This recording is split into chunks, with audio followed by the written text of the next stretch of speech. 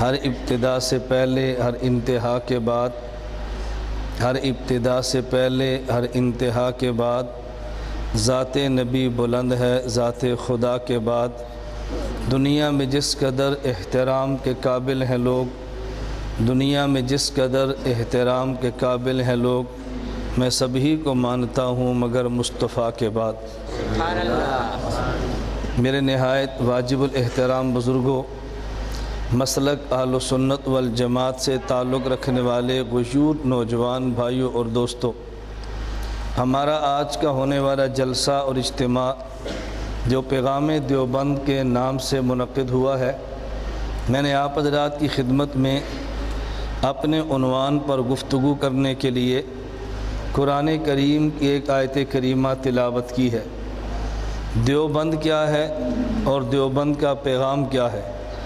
آپ توجہ رکھیں، دیوبند کیا ہے اور دیوبند کا پیغام کیا ہے؟ اگر آپ حضرات نے مجھ سے قبل ہونے والی گفتگو پر اگر آپ نے توجہ فرمائی ہے تو میرے خیال میں یہ دونوں باتیں آپ کے سامنے آ چکی ہیں۔ مفتی عبدالواحد قریشی سلمہ نے آپ کے سامنے یہ بیان فرمایا کہ دیوبند کیا ہے، اور مجھ سے قبل حاجی انعام اللہ صاحب نے اپنے شکریہ ادا کرنے والے الفاظ میں جو دیوبند کا پیغام ہے اس کو بیان کیا ہے آیت کریمہ کی روشنی میں۔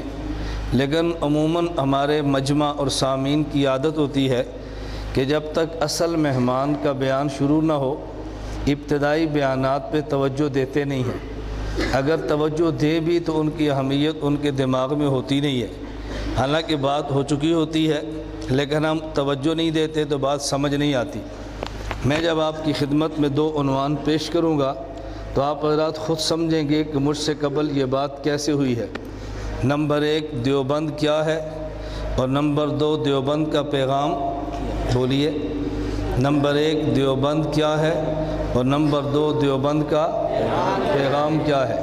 یہ دو باتیں میں نے سمجھانی ہیں۔ نمبر ایک، دیوبند کیا ہے، اور نمبر دو، دیوبند کا پیغام کیا ہے۔